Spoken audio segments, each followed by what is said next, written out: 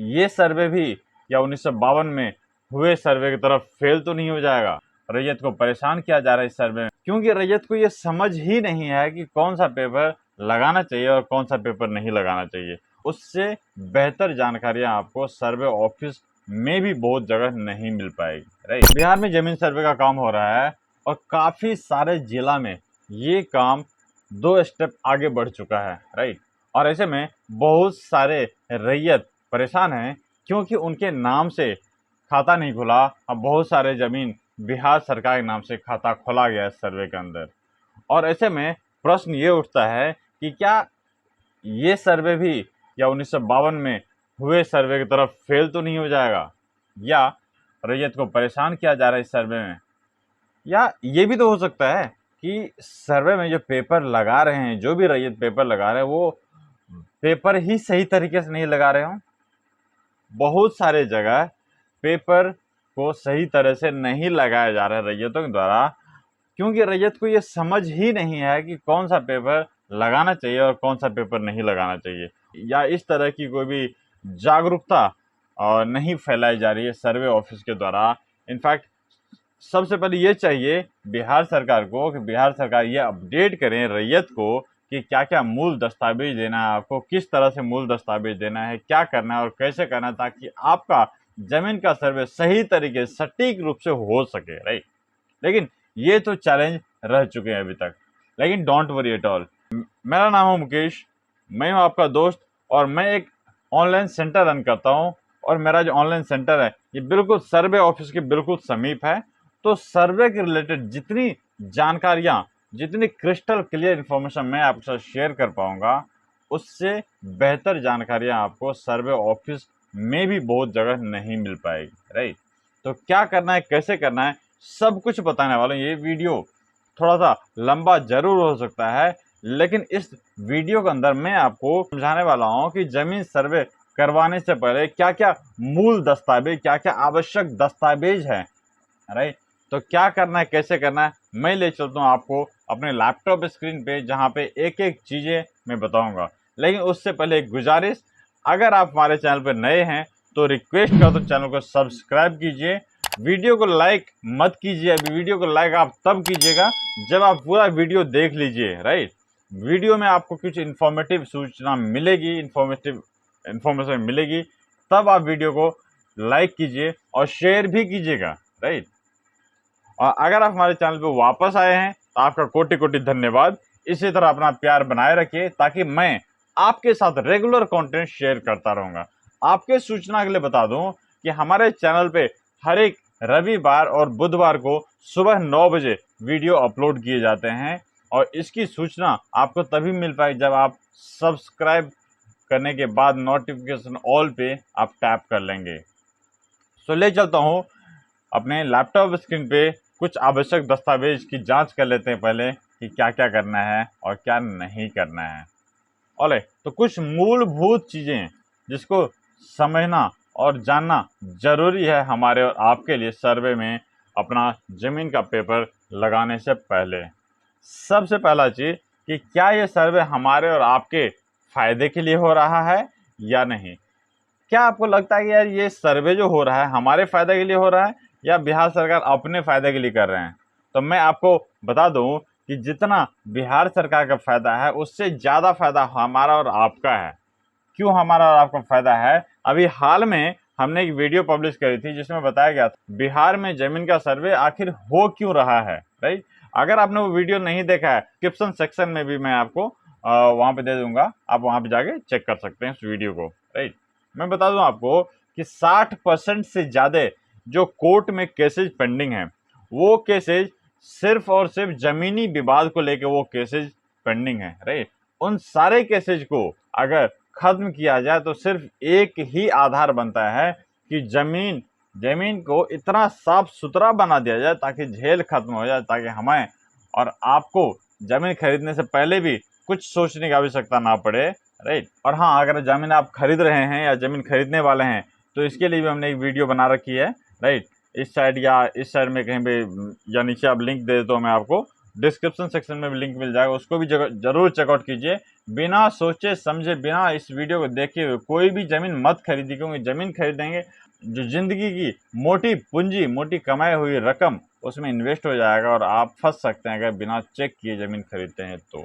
बहरहाल आते हैं वापस अपने मेन टॉपिक पे। तो ये सर्वे जो हो रहा है, जितना बिहार सरकार को फ़ायदा हो रहा है उससे ज़्यादा कहीं हमारा और आपका फ़ायदा है, क्योंकि हमें और आपको इस सर्वे के बाद किसी भी अन्य सर्वे की आवश्यकता नहीं पड़ेगी। इस तरह से ये सर्वे का कार्य किया जा रहा है कि अगर हमारे फायदे के लिए हो रहा है तो हमारा दायित्व क्या है। हमारा ये दायित्व है कि हम साफ सुथरा पेपर का निर्माण करके साफ सुथरा जो है अपना दस्तावेज सबमिट करें शिविर कार्यालय में जहाँ पे सर्वे का काम हो रहा है, राइट। और वहाँ पे आप अच्छी तरह से बात कीजिए, अमीन से बात कीजिए, आप अपने कानूनगो से मिल सकते हैं, वहाँ पे आप शिविर पदाधिकारी से मिल सकते हैं। इसका भी हमने एक वीडियो बना रखा है जिसमें आप डायरेक्टली अगर आपको नहीं पता शिविर कहाँ पे आपका, तो उसको आप चेकआउट कर सकते हैं इस वीडियो में, राइट, जिसमें हमने बताया कि कॉन्टैक्ट नंबर कैसे मिलेगा शिविर प्रभारी का, कैसे आप ले सकते हैं अमीन का नंबर, कैसे आपको मिलेगा कानूनगो का नंबर, कैसे आप शिविर का स्थान कहाँ पे वहाँ पहुँच सकते हैं। ऑलराइट, अब बात आती है कि ये सर्वे 1923 और 1927 वाला खतियान को बेस मानकर किया जा रहा है। इसका मतलब ये बिल्कुल भी नहीं है कि उस खतियान में जिसका ज़मीन था उसी का ज़मीन रह जाएगा इस सर्वे में, बिल्कुल ऐसा नहीं होगा।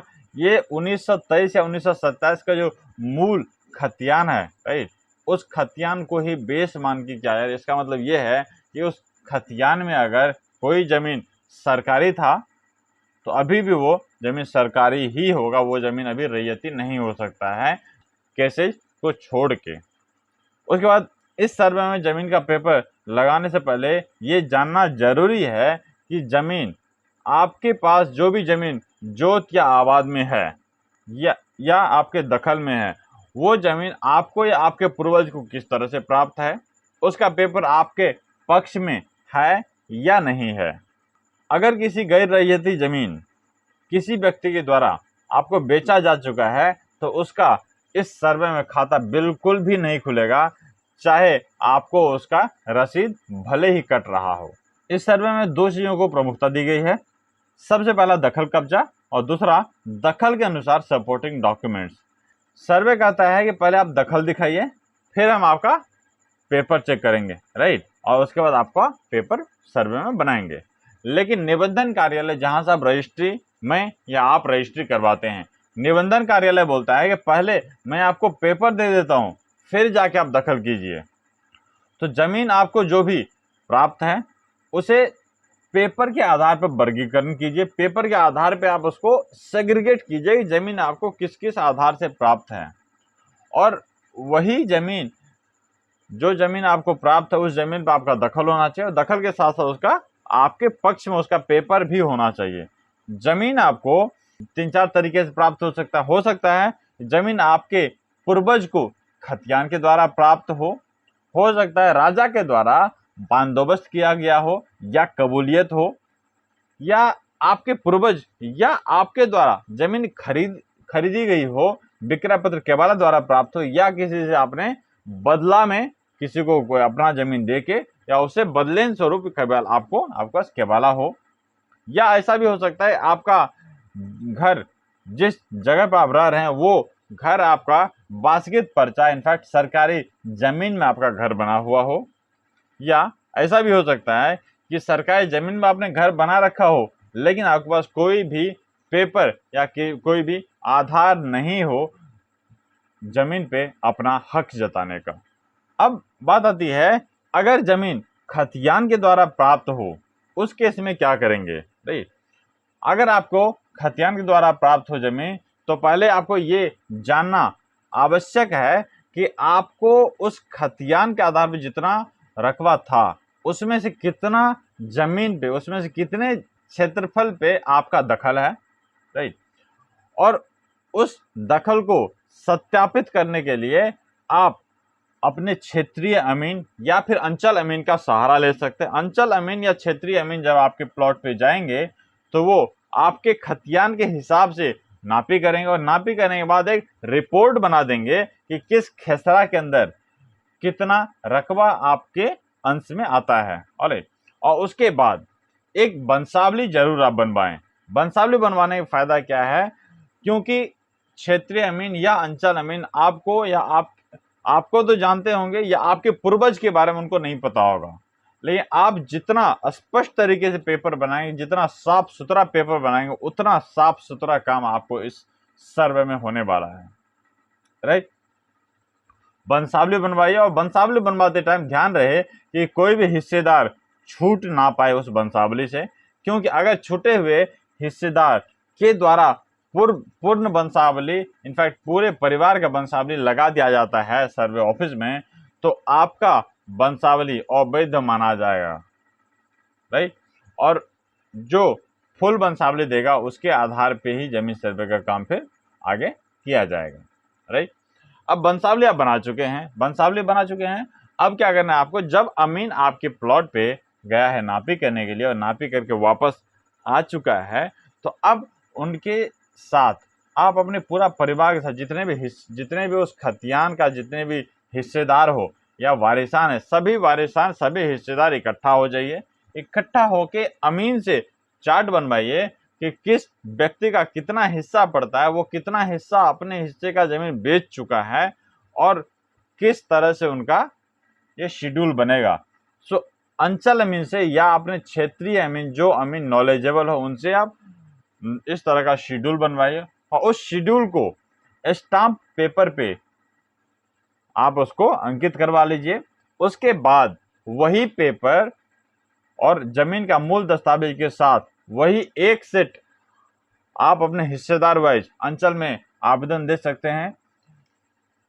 क्यों? लगान निर्धारण के लिए, दाखिल खारिज के लिए, और साथ ही वही एक सेट वंशावली और जमीन का मूल दस्तावेज के साथ अपने शिविर कार्यालय में जमीन सर्वे के लिए देंगे। उसके बाद अमीन के द्वारा जब आपके प्लॉट पे जांच के लिए जाया जाएगा तो उनके पास स्पष्ट पेपर होगा कि आप खतियानी वारिसान हैं और खतियानी वारिसान होने के बावजूद आपके कितना दखल पड़ता है, किस खाता खेसरा में कितना दखल है, और इस तरह से आपका पेपर बिल्कुल स्पष्ट रूप से आपके पक्ष में बनाया जाएगा सर्वे अमीन के द्वारा। 90% केस में अभी क्या हो रहा है कि खतियान जब कोई भी व्यक्ति देखता है, राइट, खतियान देखने के बाद सारा दिमाग चकरा जाता है। रे बाबा, अब दिमाग चकराए क्यों नहीं? राइट, खतियान में देखते हैं कि यार 50 एकड़, 55 एकड़, 101 एकड़, राइट, और उसके बाद उस व्यक्ति को ऐसा महसूस होता है कि यार कुछ ना कुछ पैंतरा लगा के इस सर्वे में हम ना आपत्ति लगाते हैं, सर्वे में पेपर लगाते हैं, कुछ ना कुछ हिस्सा निकल ही जाएगा, बशर्ते कि उनके द्वारा आधे से ज़्यादा जमीन बेचा जा चुका उनके पूर्वज या उनके हिस्सेदार के द्वारा। उसके बावजूद काफ़ी सारे रैयत खतियान को लेके लोगों की मानसिकता यही रही है इस सर्वे में अभी तक, राइट। और मुझे उम्मीद है कि अगर आप ये वीडियो उस तरह के व्यक्ति को दिखाते हैं जो खतियान के आधार पर ही अपना सर्वे करवाना चाहते हैं, तो उनको ज़रूर ये वीडियो शेयर कीजिए ताकि उनको क्लैरिटी मिले कि क्या करना है और क्या नहीं करना है। आखिर क्यों उनके ज़मीन का सर्वे हो रहा है, बिहार सरकार के नाम से उनका खाता खोला जा रहा है, या उनको क्यों उतना पूर्ण रकबा नहीं दिया जा रहा है जितना रकबा दिया जाना चाहिए इस सर्वे के अंदर। अब बात आती है दूसरी कि ज़मीन आपको खतियान के अलावा केबाला द्वारा प्राप्त हो सकता है। केबाला में भी वही काम करना है। अगर आपके पूर्वज के द्वारा प्राप्त हो तो जितना ज़मीन आपके दखल में है उसके हिसाब से आपका पेपर सेट कीजिए और पेपर बिल्कुल स्पष्ट कीजिए। अगर आपने खुद ज़मीन खरीदा है तो आप ये इंश्योर हो जाइए कि आपके पेपर के हिसाब से आपका दखल हो। जिस खेसरा में आपको ज़मीन दिया गया है केबाला के अंदर, उसी खेसरा में आपको ज़मीन दखल होना चाहिए। अगर ये दोनों मिसमैच होता है तो फिर भी आपके खाता नहीं खुलने के चांस बन सकते हैं। अगर सब कुछ सही होने के बावजूद आपका खाता खोला गया और उसमें रकबा, पूर्ण रकबा नहीं दिया गया है, तो आपसे गुजारिश करूंगा आप अपने क्षेत्रीय अमीन या आप अपने अंचल अमीन से संपर्क कर अपने प्लॉट का नापी करवा के ट्रेस नक्शा के साथ आप अपने सर्वे शिविर कार्यालय में देंगे और उसके बाद 99% चांस है कि आपके ज़मीन का जो रकबा है आपके पेपर के हिसाब से, आपके अमीन के नापे के हिसाब से वो पूरा कर दिया जाएगा। ऑलराइट, मुझे उम्मीद है कि ये वीडियो इन्फॉर्मेटिव लगी होगी। अगर आपके पास कोई भी सवाल रह गए हैं सर्वे को लेके, या आपके मन में किसी भी तरह की उधेड़-धुन बच चुकी है अभी भी, तो आप कमेंट जरूर कीजिए। इस वीडियो में इतना ही, मैं मिलता हूँ आपसे अगले वीडियो में। तब तक के लिए अपना ख्याल रखें। Have a nice day and take care.